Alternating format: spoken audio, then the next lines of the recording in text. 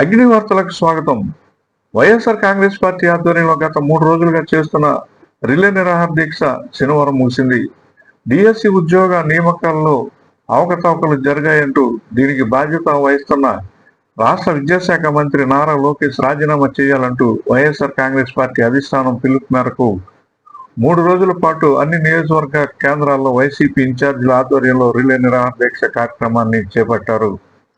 ఈ రిలే నిరాహార దీక్షలు శనివారం ముగియడంతో తాడేపల్లిగూడెం నియోజకవర్గ వైసీపీ ఇన్ఛార్జి వడ్డీ రఘురామనాయుడు మీడియాతో మాట్లాడారు.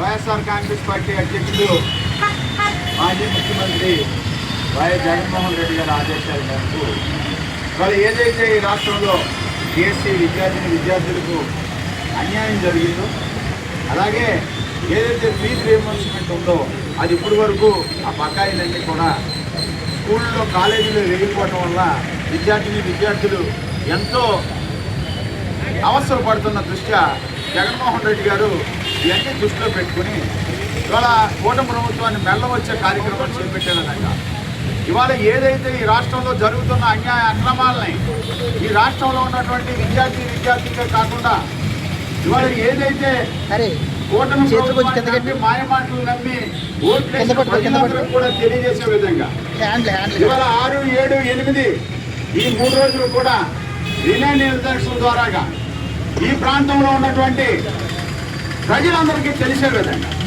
ఈ కార్యక్రమాలు చేపట్టడం జరిగింది.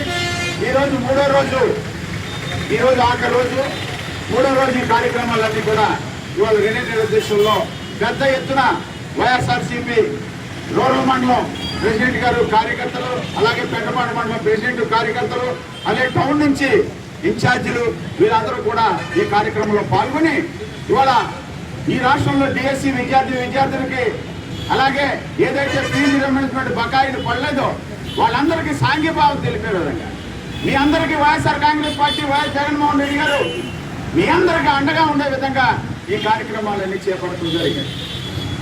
గత ఈ రోజుతో కలిపి 3 రోజుల నుంచి కూడా పెద్ద ఎత్తున ఈ రాష్ట్రంలో డిఎస్సి విద్యార్థులకి వాళ్ళకి అండగా ఉండే విధంగా ఈ కార్యక్రమాలన్నీ కూడా చేశాం.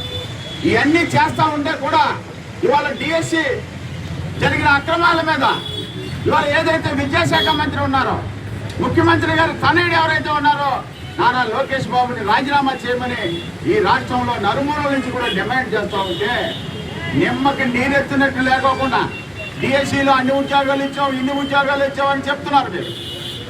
మీరు స్పోర్ట్స్ కోటాలో గోల్డ్ మెడలిస్ట్ వచ్చినట్టు ఉద్యోగం ఇచ్చారా ఇవ్వలేదా? మీరు ఈ రాష్ట్ర ప్రజలకు చెప్పండి.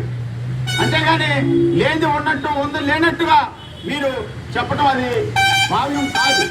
అదేవిధంగా ఇవాళ కేంద్ర ప్రభుత్వంలో ఏదైతే నీట్ విద్యార్థులు 20 లక్షల మంది ఇవాళ ఏదైతే ఎగ్జామ్స్ ప్రిపరేషన్ అయ్యారో అందులో అవకతవకలు జరిగినాయని సిబిఐ ఎంక్వైరీ చేసి ఆ ప్రశ్నాపత్రాలు లీకేజ్ అయిందని కేంద్ర ప్రభుత్వంలో ఉన్నటువంటి ఎడ్యుకేషన్ మినిస్టర్ ధర్మేంద్ర ప్రధాన్ గారు రాజీనామా చేయటం వాస్తవమా కాదా? సిబిఐ ఎంక్వైరీ సెంట్రల్ గవర్నమెంట్ లో నీట్ మీద వేయటం వాస్తవం కాదా? అవునా? అలాగే ఆ సెంట్రల్ గవర్నమెంట్ మినిస్టర్ రాజీనామా చేయటం అవునా కాదా? ఇవాళ డిఎస్సి మీద ఇన్ని అవకతవకలు జరిగినాయని ఇవాళ జగన్మోహన్ రెడ్డి గారు ప్రూఫ్లతో చూపిస్తే మీరు ఇప్పటి వరకు రాజీనామా చేయకోకుండా ఏయో మాటలు సాగులు చెప్పే కార్యక్రమం మీరు చేస్తా ఉన్నారు. ఇవాళ స్పోర్ట్స్ కోటాల్లో స్పోర్ట్స్ అథారిటీ అనేది తెలుగుదేశం ప్రభుత్వం కనసాగిలో పెట్టి పేకాట ఆడేవాడికి గూడి పీడాలోకి సర్టిఫికేట్ ఇచ్చి ఉద్యోగాలు ఇచ్చారా లేదా? 15 నుంచి 20 లక్షల రూపాయలు, లక్షలాది రూపాయలు చేతులు మాన్యా లేదా? దీని మీద సమాధానం చెప్పండి అంటే ఏయో మాటలు పెట్టండి. ఏదో శాంతియుతంగా గాంధీ యొక్క మార్గంలో, జాతిపిత గాంధీ యొక్క మార్గంలో ఇవాళ ఈ రాష్ట్రంలో నిరసన కార్యక్రమాలు చేస్తూ ఉంటే కొంతమంది నాయకులు ఈ రాష్ట్రంలో విధ్వంసకరమైన పరిస్థితులు సృష్టించడం ఈ రాష్ట్ర ప్రజలందరూ కూడా చూశారు. ఇవాళ శాంతియుత ర్యాలీలు రిలే నిరాహార దీక్షలు చేస్తుంటే వాళ్ళ టెంట్లు పలగొడతాం, వాళ్ళు పెట్టుకున్న బ్యానర్లు లాగేయటం అంటే మీలో తప్పు చేశారనే పశ్చాత్తాపం ఇవాళ ఈ రాష్ట్ర ప్రజలకు కనపడతా ఉంది. ఇవాళ మీరు చేసే కార్యక్రమాలే మీలో ఫ్లక్చువేషన్ స్టార్ట్ అయింది. మళ్ళీ జగన్మోహన్ రెడ్డి గారు ముఖ్యమంత్రి అవుతారనే భయం మీలో నరాల్లో మొదలైంది. కాబట్టి మీకు ఈ టెన్షన్ అంతా కూడా బయటపడతా ఉంది. అలాగే ఇవాళ రాష్ట్రంలో మహిళల యొక్క భద్రతను దృష్టిలో పెట్టుకోండి. మహిళలందరూ కూడా అర్ధరాత్రి స్వేచ్ఛగా ఇవాళ ప్రాంతాల్లో తిరగాలని ఒక మహిళ రైల్వే స్టేషన్ లో రాత్రి 12 గంటలకు ట్రైన్ వచ్చినప్పుడు దిగినప్పుడు కానీ, ఏదో బస్సు వచ్చినప్పుడు దిగినప్పుడు కానీ, ఏదో వినోద రీత్యా సినిమాకి వెళ్ళి 12 గంటల ఇంటికి వస్తున్నప్పుడు కానీ స్వేచ్ఛగా తిరగాలి. మహిళా స్వాతంత్రం ఉండాలి. మహిళ ఈ దేశంలో ఈ రాష్ట్రంలో స్వతంత్రంగా తిరగాలి. మహిళల పట్ల వైఎస్ జగన్మోహన్ రెడ్డి గారు చిత్తశుద్ధితో దిశ యాప్ అనేది పెడితే ఇవాళ దిశ యాప్ ఉన్నప్పుడు ఈ రాష్ట్రంలో మహిళా సోదరిమణులందరూ కూడా తెలుసుకోవడం జరిగింది. ఏదైనా చిన్న ఆకతాయిలు కానీ, లేదా చైన్ స్నేకర్స్ కానీ, లేదా ఏడిపించేటువంటి మనుషులు కానీ, ఏదైనా ఈ యొక్క ఆంధ్ర రాష్ట్రంలో జగన్ గారు ముఖ్యమంత్రిగా ఉన్న సమయంలో ఒక ఆడపిల్లని హెరాస్మెంట్ చేయాలంటే గడబుట్టించే కార్యక్రమం దిశ యాప్తోనే జగన్మోహన్ రెడ్డి గారు ఎంతో ముందు చూపుతూ చేయడం జరిగింది.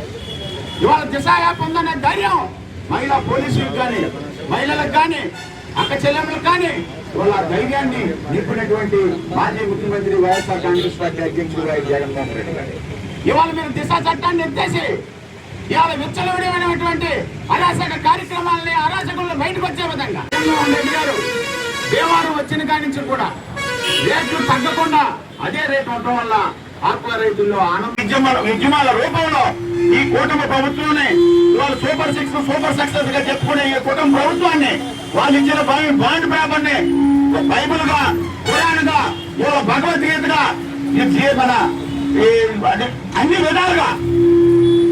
అన్ని విధాలుగా చెప్పి ఇది దానితో సమానం మేము ఇచ్చే బాండ్ అని చెప్పి ఆ బాండ్ ని తోటపడిచిన కార్యక్రమం ఈ రాష్ట్రంలో ఉన్న ప్రజలందరికీ తెలిసే విధంగా 20 లక్షల ఉద్యోగాలు మీరు ఇస్తారని తెలియజేయడం జరిగింది.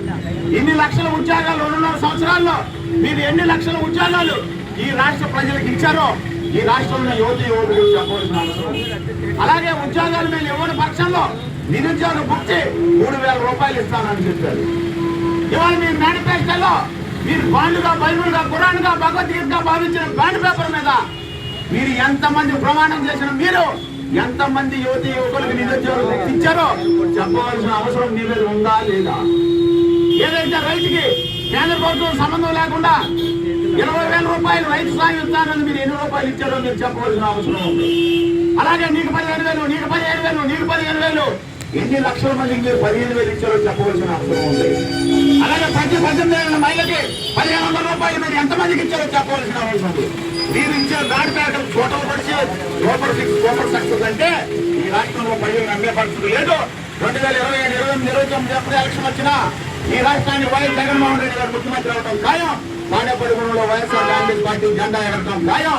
ఇవాళ 3 రోజుల నుంచి కూడా వైఎస్ఆర్ కాంగ్రెస్ పార్టీ కార్యకర్తలు వైఎస్ జగన్మోహన్ రెడ్డి గారు ఇచ్చినటువంటి పిలుపు మేరకు వైఎస్ఆర్ కాంగ్రెస్ పార్టీ తాడేపల్లిగూడెం సమన్వయకర్త యొక్క ఆదేశాల మేరకు, పిలుపు మేరకు పెద్ద ఎత్తున 3 రోజుల నుంచి కూడా చాలా భారీ ఎత్తున ఇవాళ ఈ నిరసన కార్యక్రమాలు తెలియజేయడం వల్ల, ఇవాళ కూటమిలో ప్రభుత్వం చేసిన తప్పులన్నీ కూడా బయటికి జరగడం వల్ల ఇవాళ ఈ కార్యకర్తలందరికీ కూడా పేరు నాకు తెలుసు వచ్చి కృతజ్ఞతలు తెలియజేసుకుంటూ ఇవాళ లోకేష్ బాబు గారు రిజైన్ చేసేంత వరకు మా పోరాటాలు ఆగవని మీ అందరి ద్వారా తెలియజేసుకుంటూ సెలవు తీసుకుంటున్నాను. ఈ దీక్షలో తాడేపల్లిగూడెం రూరల్ మండలంలోని వైఎస్ఆర్ కాంగ్రెస్ పార్టీ నాయకులు, కార్యకర్తలు, అభిమానులు పాల్గొన్నారు. అగ్ని న్యూస్ తాడేపల్లిగూడెం.